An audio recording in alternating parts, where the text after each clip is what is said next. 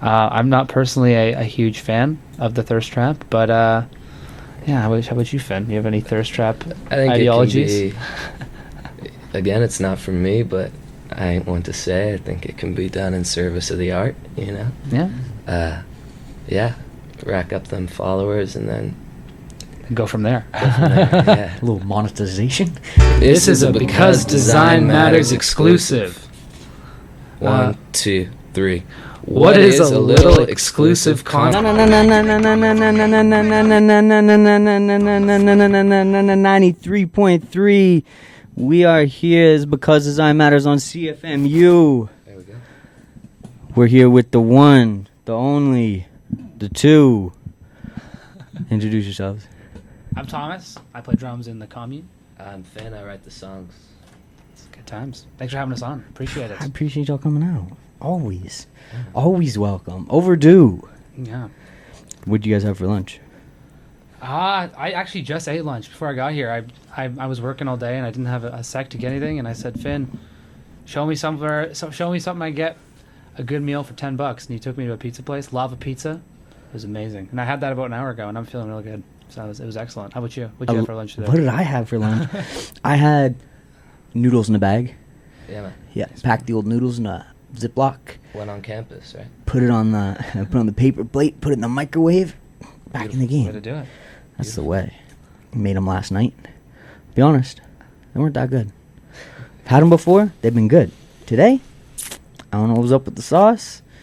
Didn't hit. Happens to the best of us. You know? What are you gonna do? I'll eat it again tomorrow. I'll live. Absolutely. What'd you have for lunch? Similar to you, man. Leftover Thai food.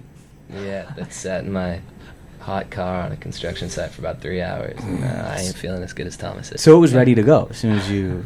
Oh soon yeah, as it was already yeah, heated it's like up. a microwave, man. It's like a microwave. Yeah, that's right. I've got a system. I pack the noodles. I let them slowly warm up to it today. Then hit the microwave.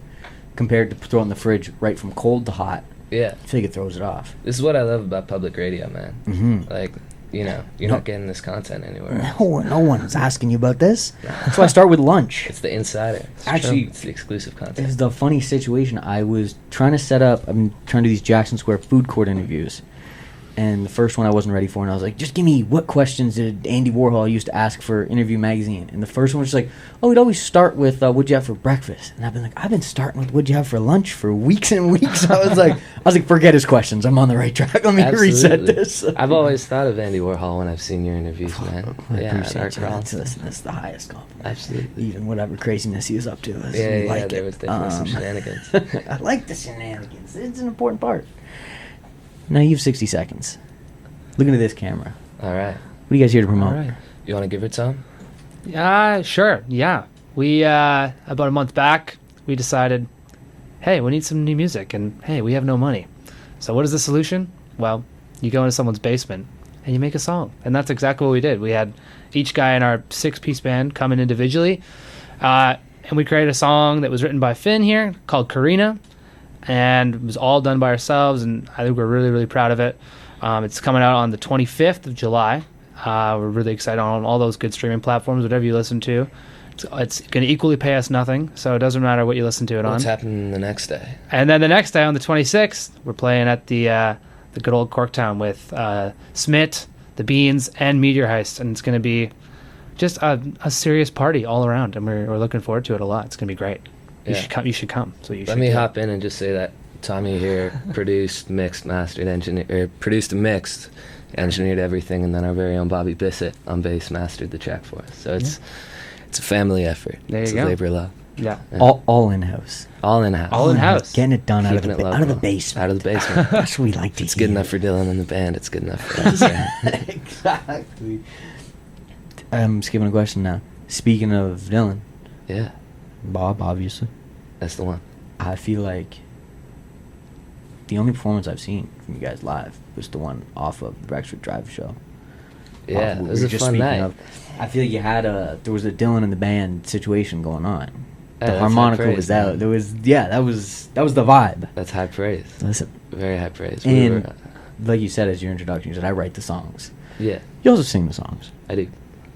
That's a singer-songwriter combination. Yeah, it's how the project really started. a few years ago, I was for the first time working on some solo stuff, and realized I wanted a rock and roll band behind me.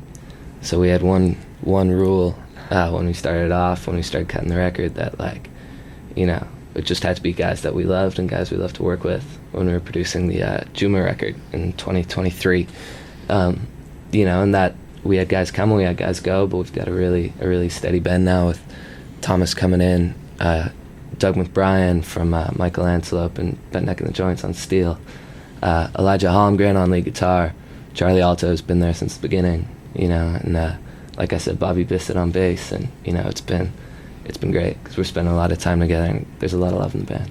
That's how you start creating good stuff, and you like, get along with people. It's not a chore to go set up the rehearsals or writing sessions or how. Oh, for sure. I mean, the second album we cut in before Terrace and everything, when it was still exciting to go down south, and we cut it in Wisconsin, and the five of us at that point with Marco Goldblatt before Tommy joined up, we decided to hop in a Greyhound bus and go down to Wisconsin to cut that album. So if you're gonna you know, put five guys in Greyhound for a week and and go live together and work together and record together, you gotta get along. You hope you get along, otherwise really hope you get along. You hope you get along. You hope everyone packed deodorant. You know? Yeah. There could be some hiccups, but deodorant can't be one of them. No. Non-negotiable. No crapping on the bus either. Yeah. Oh, yeah, that's a big one too. We were just talking about a studio washroom, and we're like, how do you make it pee only? How do you enforce these rules? Like, maybe we just don't need one. Corktown, July 26th. Yes, sir. Have y'all seen what Coldplay is up to? I have not. I have. You? I didn't see. I didn't have $600 to go see it. What it was, but I have been. I watched some of the highlights from the shows in Toronto with all the fireworks. I actually was driving by there last Monday, and the traffic was just redonkulous. And I was like, "Well, this is fun." But I'd like to show you guys a highlight from last night's show. Are you ready? Yeah, We were please. doing like a couples cam. Like, Yeah. ooh, cute. oh, this is good. So last night, Yeah, I saw this. This is amazing. this couple here, look. Oh, someone's cheating. So Someone is it cheating. was. I think I know it was the. What did I say, man? It was a CEO, right? Like it was a pretty public figure guy who, and they were both married or something. I saw this today. I remember reading about it. Which Both married. Wow. Both. It was the CEO of the brand Astronomer. I guess it's some sort of AI company. Okay. And they both worked for the company. And there you go. today, a statement from our CEO, Andy Bryan. Let me start by apologizing to my family, my wife, and our wonderful employees. My behavior is inexcusable, and the shame I'm receiving is well-deserved. I tried to hide my actions, but the truth has finally been revealed. Now, this is the best part. By Coldplay. This is the best part. I am a Coldplay fan, and not just of the first two albums. I also like the recent stuff. I'm going to take some time to contemplate my future. Please respect our family's privacy at this I time. love how that made it into the statement. I just want to Yeah. justify I wasn't there because I have a lot of money. It was there because I like the band. And Yeah, he's, I like, think that's absolutely. he's amazing. like, I can name 3 songs, and not just from their I can wear hit the album. t-shirt. Yeah, he's like, I'm a true fan. Can you name 3 songs? By Coldplay Coldplay? songs? Yeah. Fix You, Viva La Vida, Sky Full of Stars. There you go. There's a 3 Coldplay. There Those are you 3 go. good. Can you name 3 different songs? No. No way. Yellow. Okay. Man, and then there your 2, Fix You and Viva La Vida. Viva La Vida still goes hard though. That song holds up, Coldplay's man. got hits. Yeah, Their absolutely. songwriting is amazing. Yeah. Like, I wanted to go see that.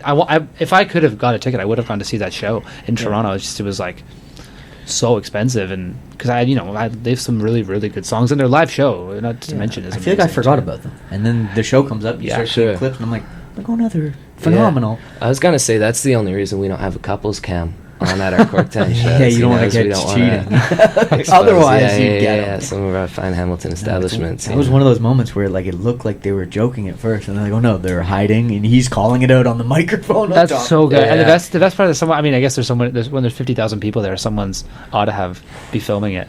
But it's just so fun. It's It's really got funny. a kind of Ferris Bueller's vibe at the Yeah. at the ball game. Yeah, exactly. Yeah. I saw a lot of memes saying one was like, "Is a guy just sitting in the morning? Oh, my wife was out at the Coldplay game. She's sleeping in," and then he goes on the internet. Oh, bummer.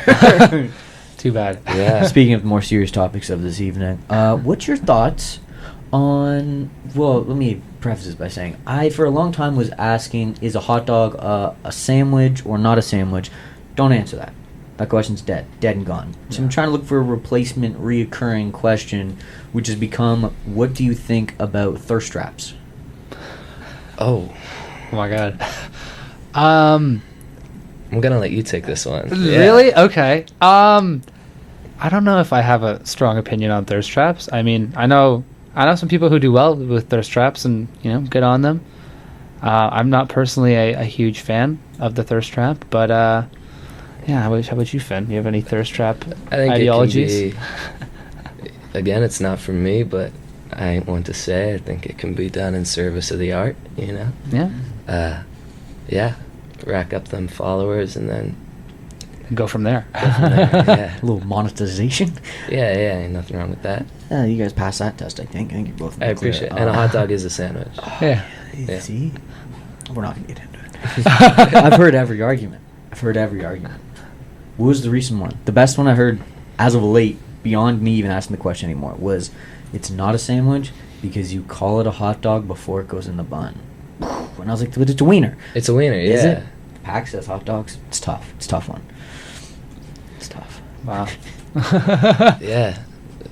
Comes down to language, I suppose. I'd argue that if a sub is a sandwich, split bun, same situation. Yeah, because I guess the logic is based on the fact that, you're cutting the bun as opposed to 2 slices of bread, right? They find every argument. Yeah. I used to waste 20 minutes an episode just on this hot dog situation. I feel like you see people's true colors, though. Yeah. They get if that's passionate the about case. it. Yeah. I just gotta have ketchup on it. That's all I'm saying. You got a favorite flavor of Gatorade? Oh, yeah, blue. Blue. Straight up Easy, blue. locked in. Yeah. Oh wow. I'm gonna go with the red flavor. You were drinking a red Gatorade today. Was I? Yeah, When? it was on my couch. That wasn't mine. Someone was drinking a red Gatorade. I was say, was he in my drinking house. it? Just wasn't his. It was just drinking beside him. It was just beside me. He's like, I didn't pick that one, but it was delicious. No, the red Gatorade's good. I'm a fan. I think it's got the most depth of flavor in my opinion. Sure. Yeah. I like the nostalgia of blue. Yeah. Yeah. Mind your freezies or just past blue Gatorades? Yeah, just blue Gatorades. I mean, I was telling you before we started up, we were out in Alberta with our friends Canopy, playing some shows, a few of the guys in the band and myself. And my partner Vienna and I went into BC, and we were swimming in this lake that was like, it looked like blue Gatorade. It was the most clear blue I've ever seen right in the mountains. Wow. Since then, last week, I've been on a blue Gatorade kick, man. You just drink some of the water and you're like, yeah, it's refreshing. Dude, I'm just trying to get back there with all the blue Gatorade, Okay, we're skipping to these questions. We're gonna come back. All right. The question was, are you guys single, in relationships, or abstinent? I think we're both We're both currently in married, relationships. yeah. I think Yeah. both answer it. Both He lives married? in Hamilton. Yeah. And his girlfriend lives in Toronto. Yeah. I live in Toronto. My girlfriend lives in Burlington, but close I don't want to say y'all probably just switch, but Yeah, I don't know what Emma and Vienna would have to say. we'll about do an that, Instagram but- poll and see if they agree. If they Yeah. if they vote yes or no, we'll go from there. Sure. Are you uncomfortable yet? No. What's the best date spot in Hamilton? You both date in Hamilton, I'm sure. You go first.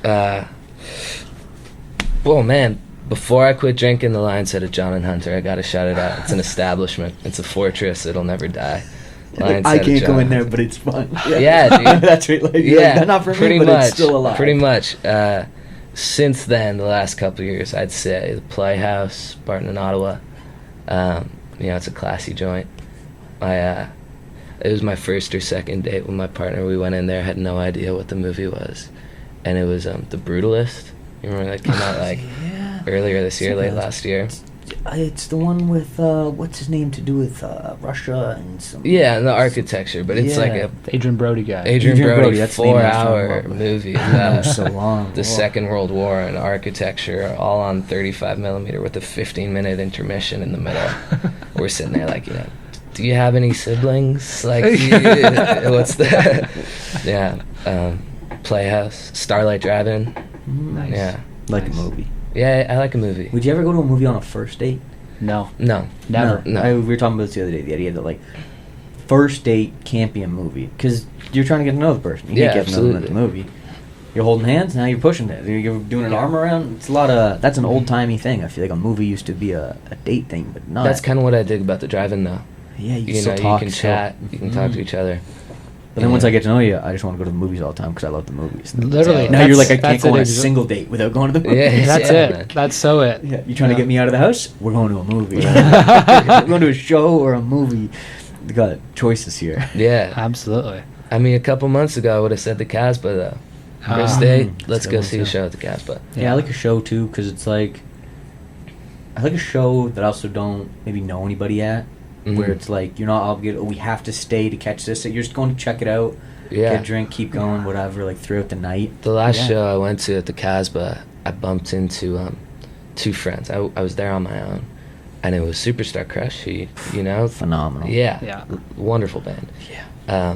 Seeing them, and I bumped into a guy who plays in your other project, Cam Stewart from Meteor Heist, and Cam was standing with Chloe from Superstar Crush. So I saw, oh, they're two buddies from the independent music scene, and I'm here by myself, so I'm gonna go say what's up. And they're such friendly people, and they're so inviting and kind. So we're dancing together to the opening bands, and we're having a grand old time. I had no idea that they were together. No idea. So That's funny. 2 45-minute sets. We're dancing as a little three-piece, just, you know. And I'm, can I get you guys a drink? What's going on? You know. No idea. 2 weeks later, you tell me. Yeah. Like I was the third wheel. I'm like, who knows where your night could I went. mean, what great people though to at no point say like, Yeah.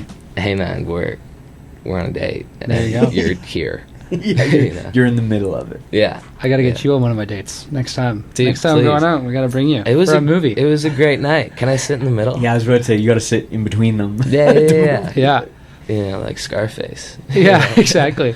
Give me Yeah. a move. No, but movie. I think movie and a show is always. That's a great one. Yeah. I'm a huge fan of like movie at like 7:30, 8. Yeah. Then go see a late night set at Yeah, one of the. We spent Valentine's Day together. Yeah, at Grossman's in Toronto at the ska night. Yeah. Greatest. That was great, yeah. Greatest time wonderful. ever. Sound One. Shout out to Sound One. So fun.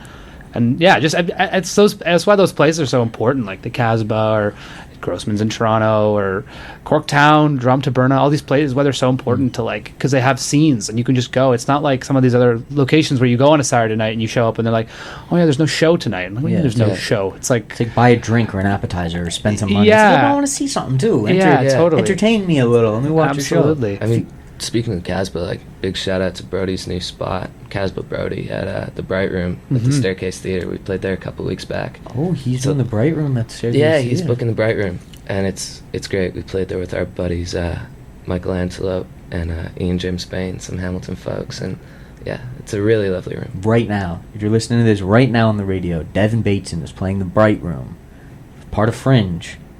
He's doing a Men Love Horses musical. There we go. Doors open at 7. You still He's got on time. at 7:50. Now I We feel all might just boring. make it.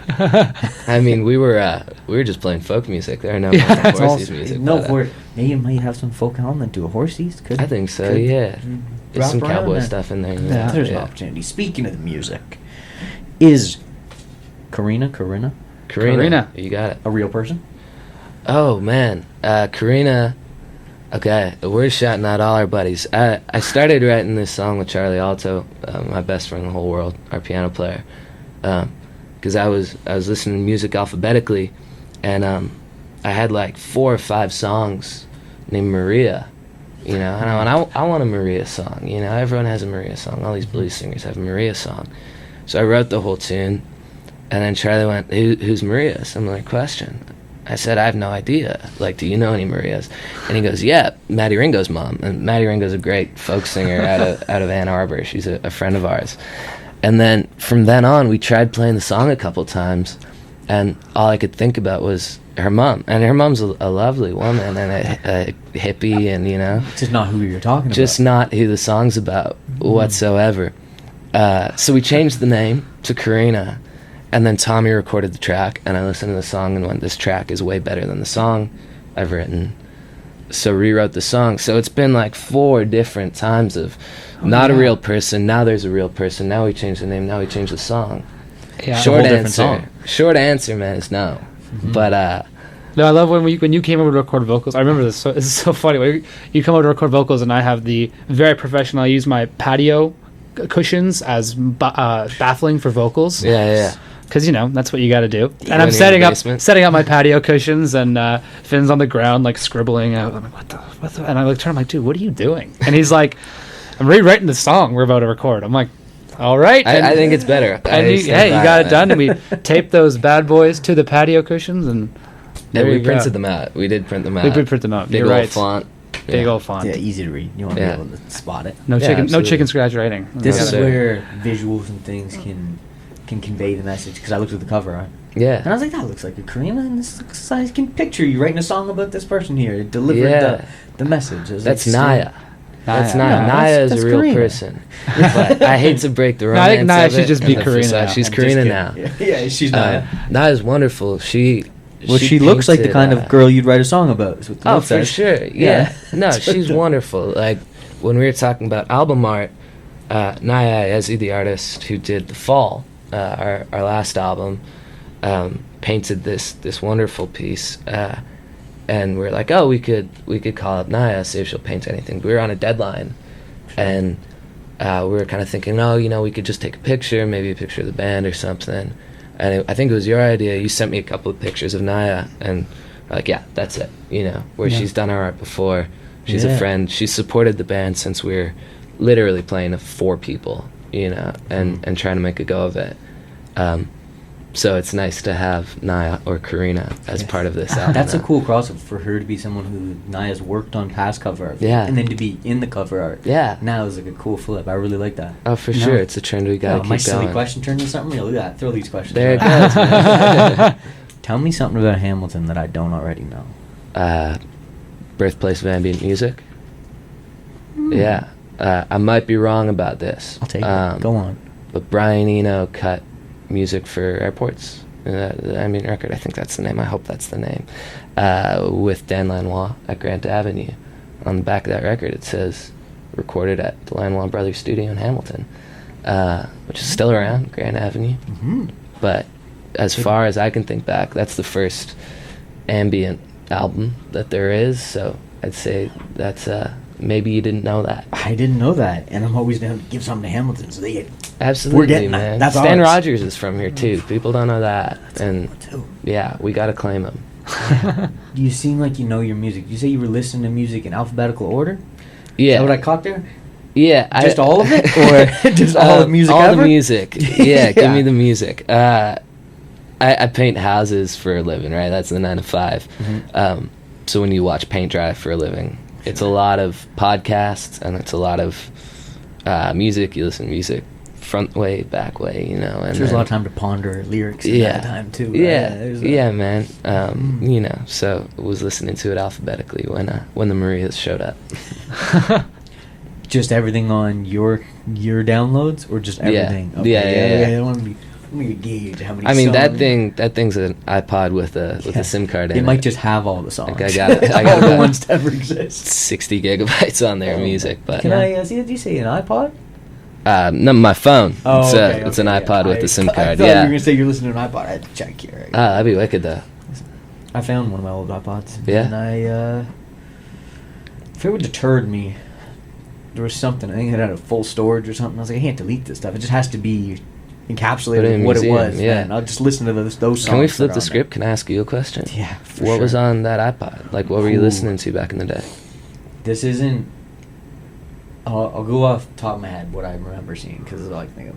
We had Airplanes by B.O.B. Cool. That was on there. Yeah. We had The Boys Are Back in Town. Thin Lizzy, man. Yeah, this Dubs, was like Dubs. there was a playlist in there that was the one I remember going to, which was me and my cousins going to Prince Edward Island for the summer and did like car ride playlist. Where in PEI? We go to just outside of Surrey.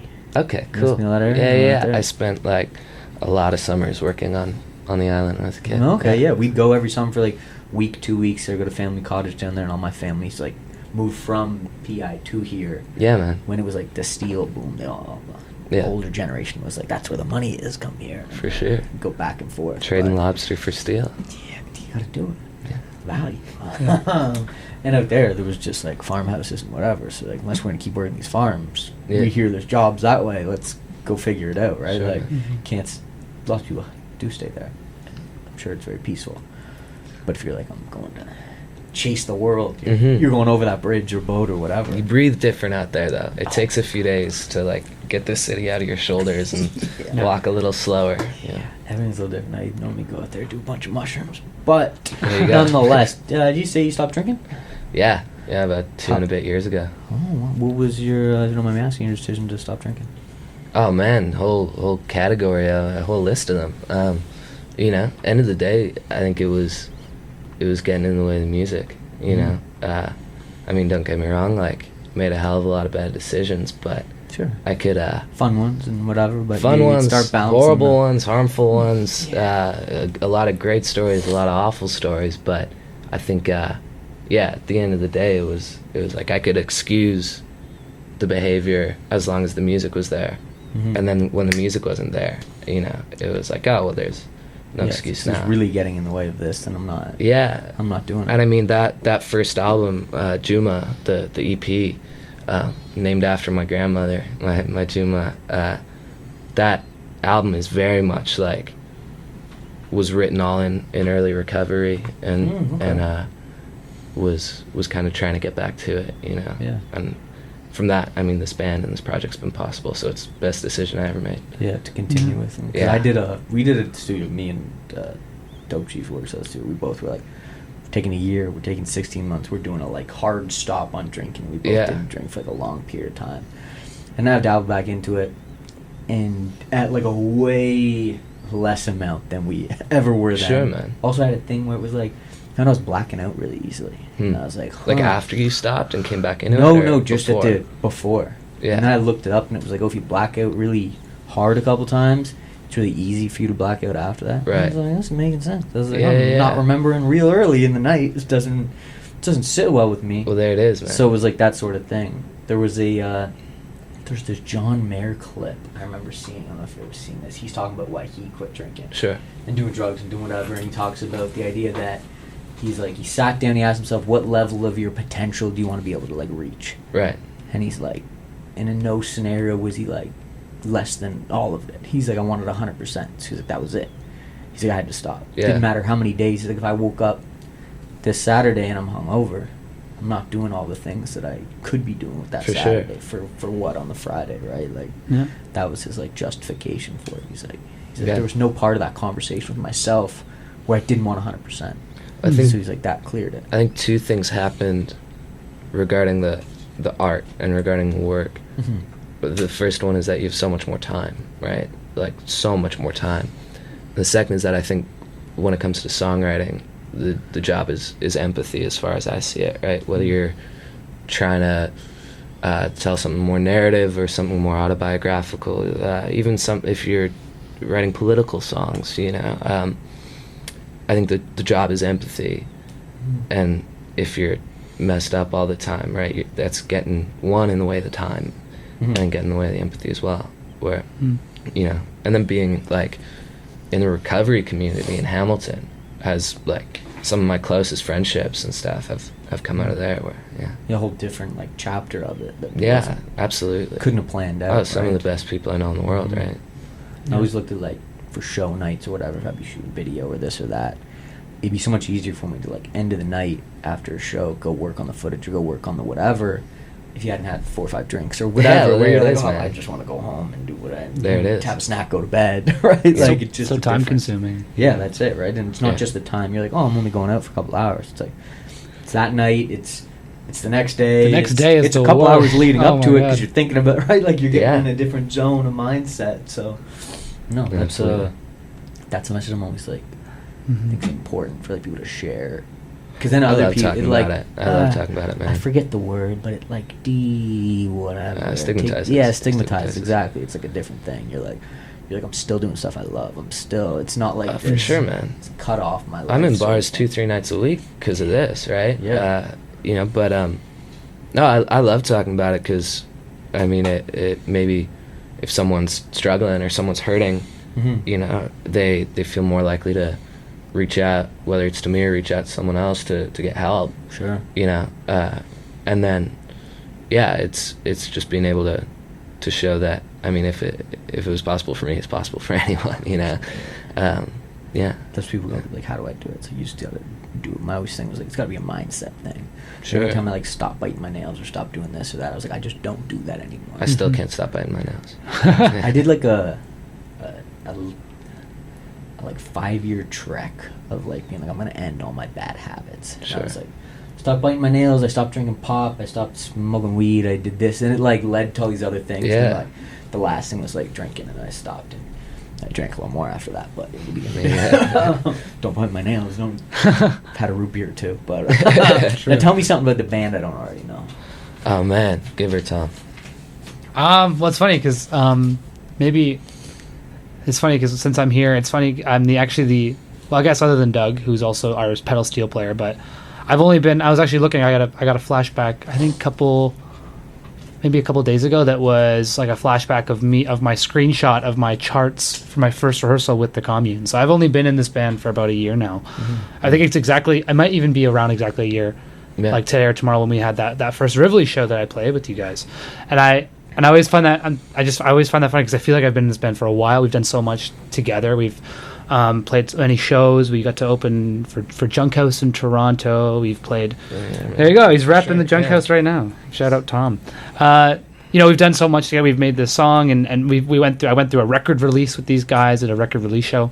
But it's only been a year, and I was like, I remember thinking a couple days back, like 1 year. Like it feels like a lot. I've known Finn for 1 year. It's like that's a very short period of time, considering how close we are. So I think that's my fun fact about the band, and yeah, I guess that you're a newbie. I'm a newbie. That's who I am. He said I'm a newbie, but I feel like I've always been here. Yeah, right. I feel the same way. More on that you've always been here. Thanks, man. Appreciate that. Yeah, I mean, something you don't know about. What do you know about the band, man? We could tell you anything. That's a better question. We have a piano player and 2 guitar players. There's something you know about the band. How many projects? Sorry? How many projects do you guys have, though? Like releases? Or? Releases, yeah. So we put out Juma, which was very much, like I said, kind of a solo project with a backing band.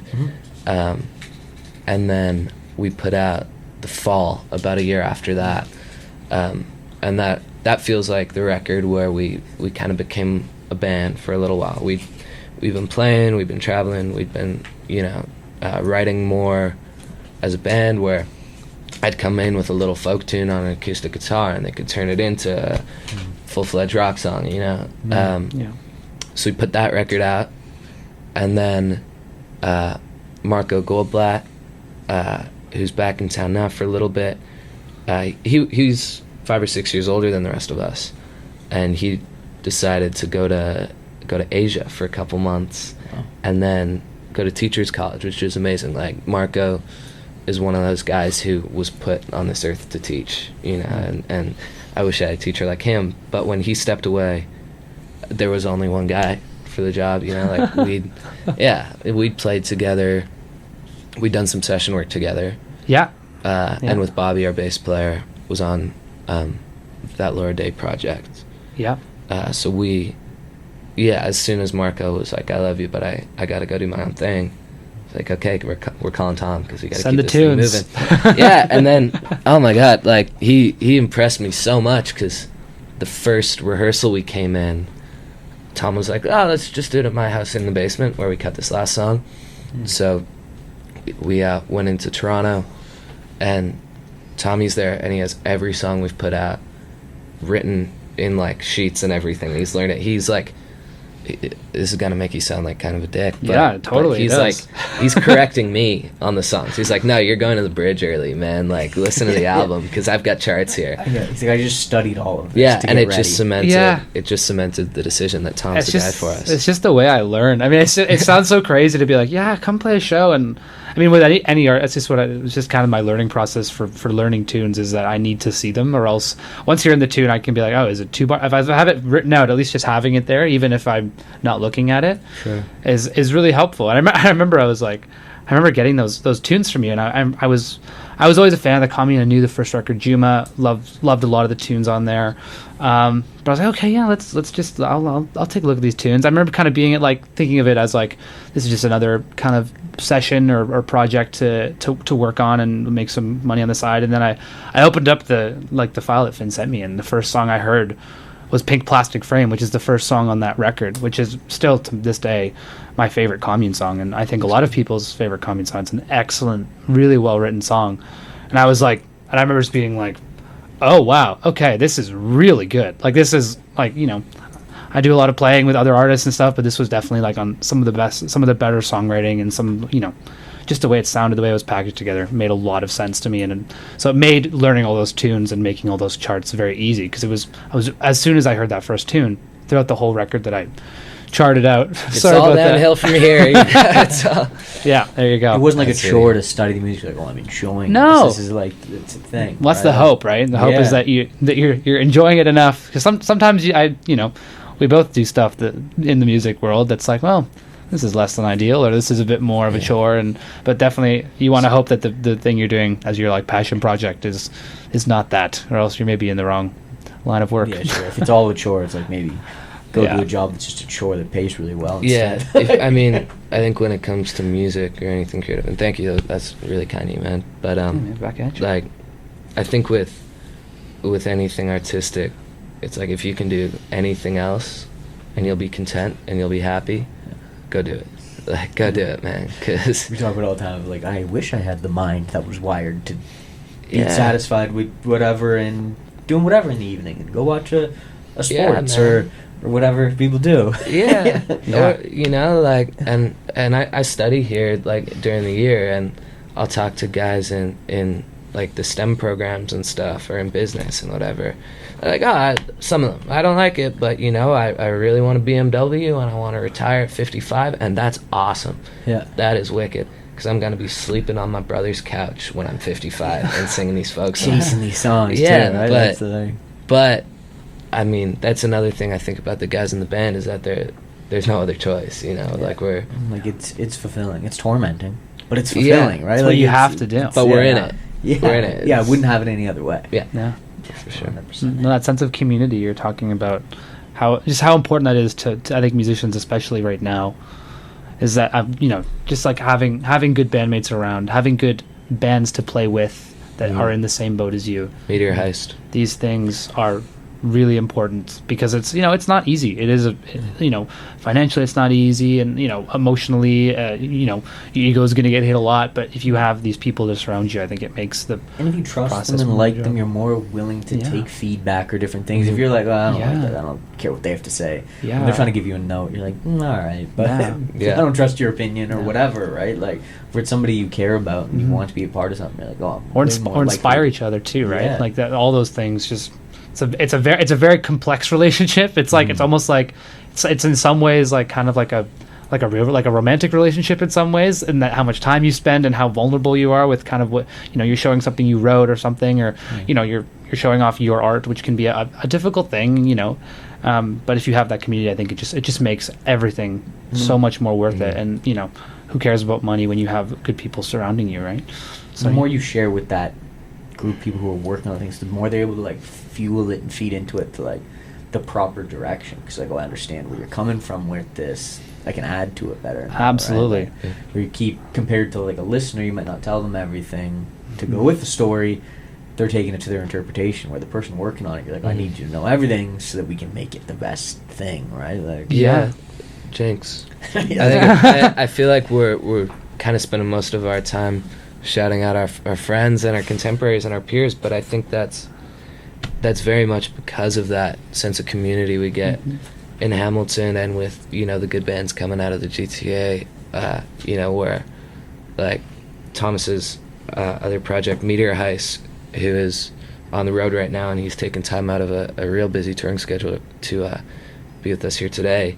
Like, before I knew you, man, before I knew Cam or Lyle or anyone, it's that thing of like listening to a record because your friend knows someone who knows someone in a band. Yeah, that's why you're checking it out. Yeah, and then having your mind blown and going, I gotta up my game. Yeah, like this is local. This is done by somebody that's not Yeah, getting man. paid by Yeah. Universal or Oh my whatever, God. right? I still think, you know, like one of the best bills, and continually some of the best bills we play are when we're playing with these guys in Meteor Heist or with Superstar Crush, because, you know, like I just want us to raise the bar to be of that level. The same And then you just only hope that it's mutual, you know. that they feel the same way after Yeah. the set. Yeah.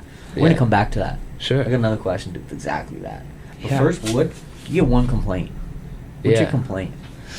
We were talking about it in the car.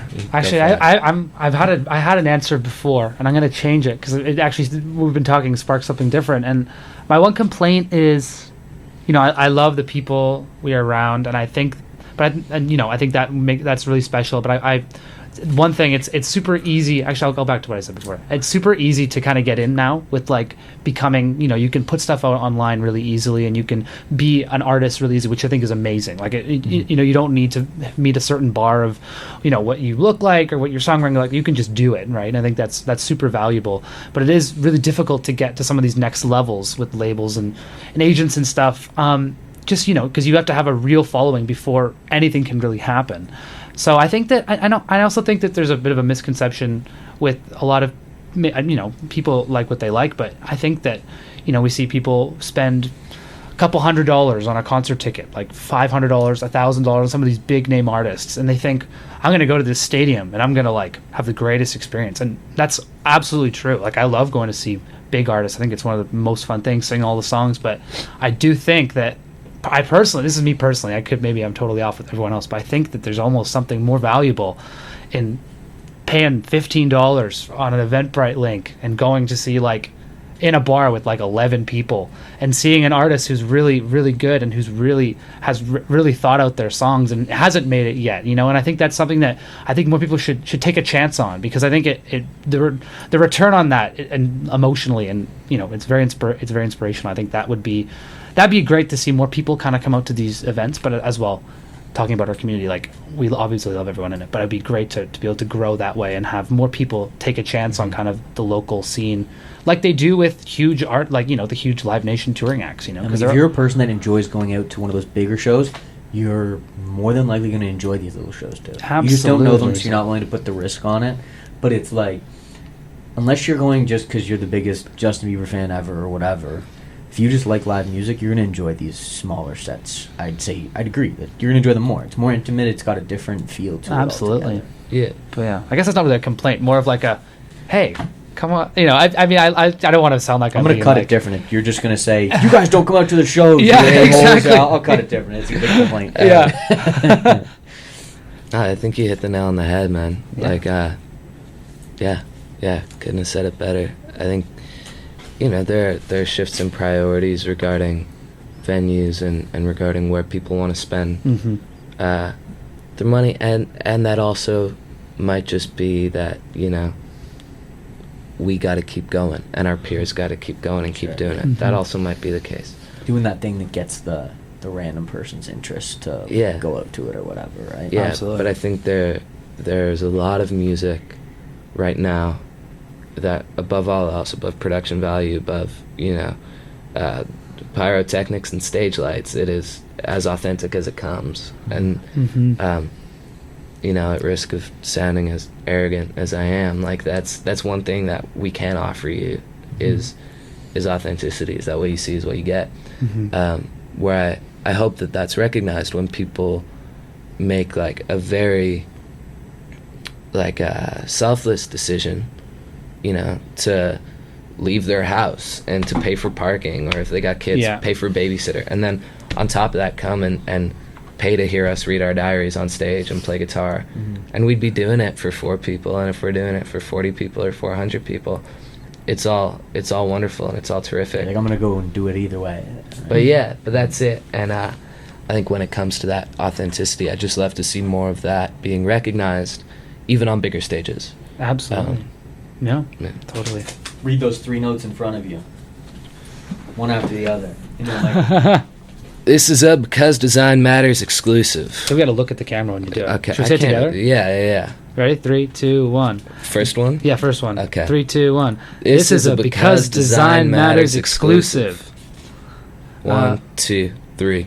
What is a little exclusive concert? Okay, we're ready. 1, 2, 3. Our name. Okay. Okay. 3, 2, 1. Our name is the Commune, and you've been watching Because Design Matters. There we go. Love it. Love it. Love it. Now get real close, like this is the thumbnail. Nailing it. Nailing it. Nailing it. Excellent. Excellent. Great stuff. There we go. Last 2 quick questions here. You get one answer, no explanation. What band in Hamilton do you think has the most potential? Michael Antelope. That's a great answer. Yeah. I'm gonna throw, just because they're doing so much right now, Superstar Crush. I mean, we've been talking about them enough. Yeah. Their vibes are just too good to be not doing something really huge in a couple years. So Those are good answers. I can't argue with those. What's the biggest red flag in a bandmate? Ego. Not being able to accept advice or criticism. Yeah. I think. Smells bad. Yeah. Big red flag for me. Yeah. Smells bad is crazy. But it's probably right on the nose. No pun intended. Right? Awesome. Those are good answers. Cheers, man. I appreciate you coming out. Yeah, it's Anytime super you got fun. something to having promote, us. come on back. We'll do it again. I appreciate it. I want to come interview you guys in that basement sometime. Let's do it, man. Let's do it. 26th at the Corktown, 25th at 11:59, Corrina. Be there or be square. Listen see to the you new there, man. release. Come see the show. You're going to enjoy it. Now, if you could just introduce this song real quick now. All right, well, All right. one more time. We're the Commune. This is our new track, Corrina, coming everywhere on Friday the 25th at 11:59. I believe it's the first time it's going to get played publicly, so this is exciting. That's what you call Because Design Matters exclusive, right? Yes, It's sir. exclusive. Ain't no one else heard it, so here we go. Stall just a little longer. Pretend it's downloading.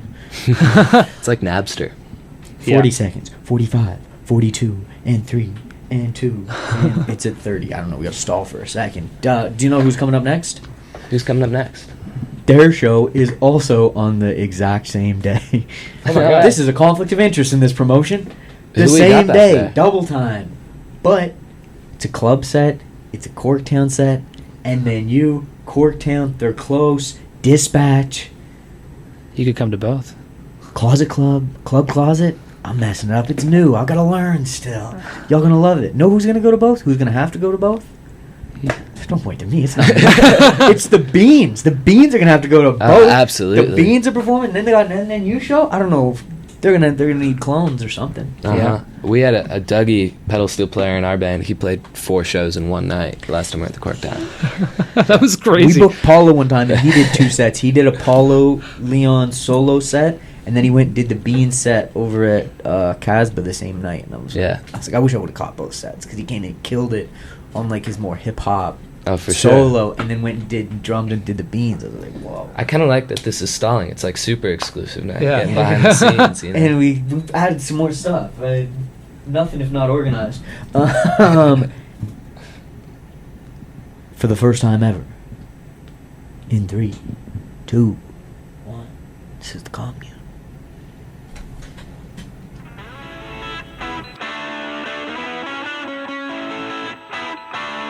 Our name is...